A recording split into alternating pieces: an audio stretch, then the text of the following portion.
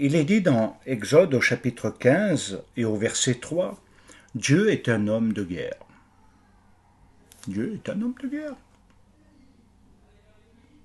Vous me direz, mais qu'est-ce que ça vient faire? Écoutez bien. Alors, si on reprend et qu'on essaye de comprendre à quoi cela est-il comparable, est-il dit?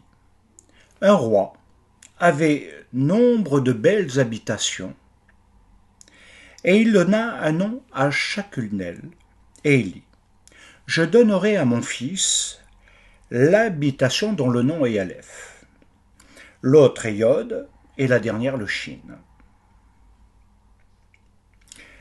Il rassembla les trois, et fit un seul nom des trois, et une seule maison. Oh, Aleph, Beth, oh, Ab, M, Mère.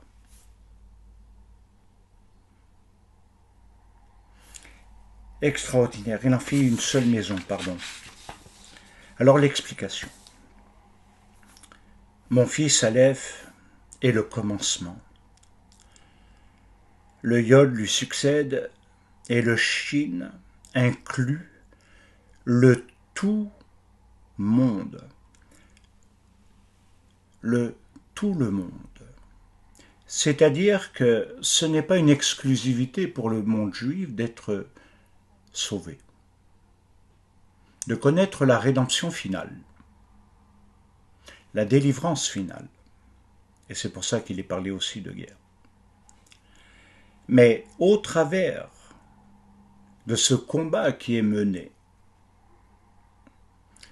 l'homme peut, au travers du principe de la Teshuvah, être sauvé.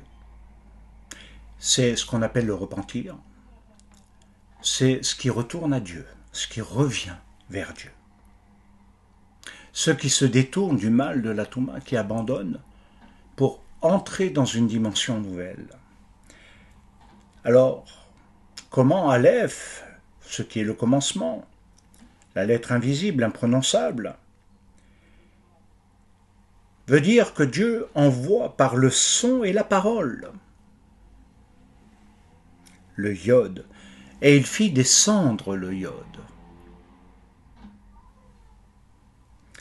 dans le monde.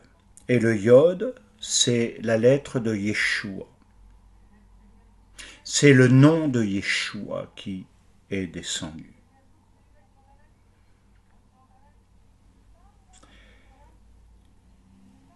L'arbre de vie a été fermé et ne peut redevenir accessible que par la Teshuvah. Alors, revenons maintenant à nos os liés à la lettre même. Nous avons vu que la première lettre de l'alphabet de toute façon est Aleph, la lettre intermédiaire le même, et la dernière lettre, Tav. Si nous lisons dans Jérémie, vous connaissez ce prophète extraordinaire, n'est-ce pas? Jérémie, qui est celui qui certainement a le plus souffert. Et je crois que c'est très important de retenir le passage que nous allons lire d'ailleurs ensemble. C'est dans Jérémie au chapitre 10 et le verset 10. Qu'est-il dit? Mais l'Éternel est Dieu. En vérité, il est un Dieu vivant et un roi éternel.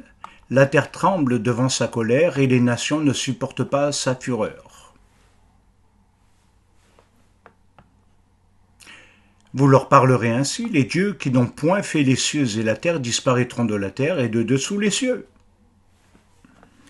Alors, essayons de voir un petit peu mieux, un petit peu plus clair. Il nous est dit, mais l'Éternel, et ce sont les 4 lettres du tétragramme, et émettent vérité.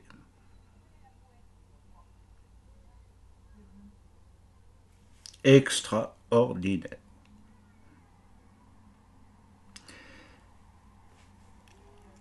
Même étant la transition entre Aleph Tav, le commencement et fin. Et c'est extraordinaire parce que si vous enlevez le même, ou le Aleph est le même, il ne reste rien. Une incompréhension. Si vous enlevez que le Aleph, il reste Mem Tav, ce qui veut dire Met, mort. Et il n'y a plus de vie. Le monde d'en haut est coupé, inaccessible à tous. Le même, entre le Aleph et le Tav, veut dire commencement et fin, et ce qui relie le commencement et la fin. Waouh! Et ce qui relie le commencement et la fin, c'est Yeshua Mashiach. Et je crois que c'est quelque chose de très important à retenir.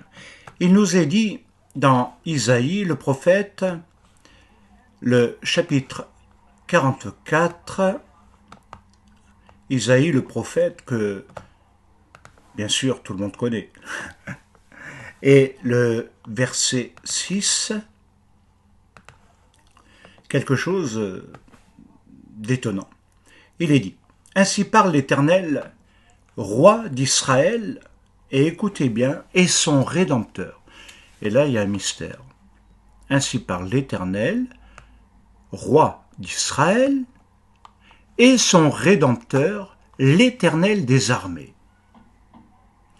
Je suis le premier, et je suis le dernier, et hors moi, il n'y a point de Dieu. »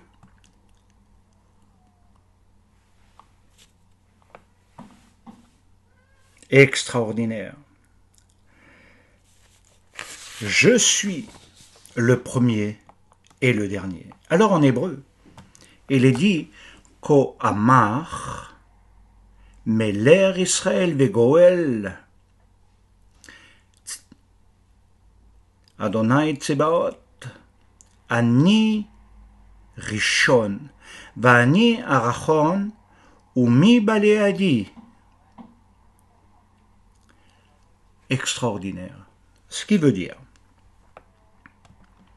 qu'en hébreu, ainsi par l'Éternel, les 4 lettres du tétragramme, le roi d'Israël,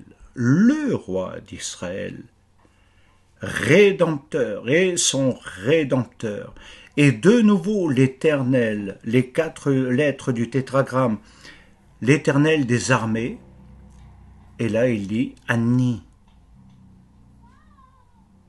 moi, premier.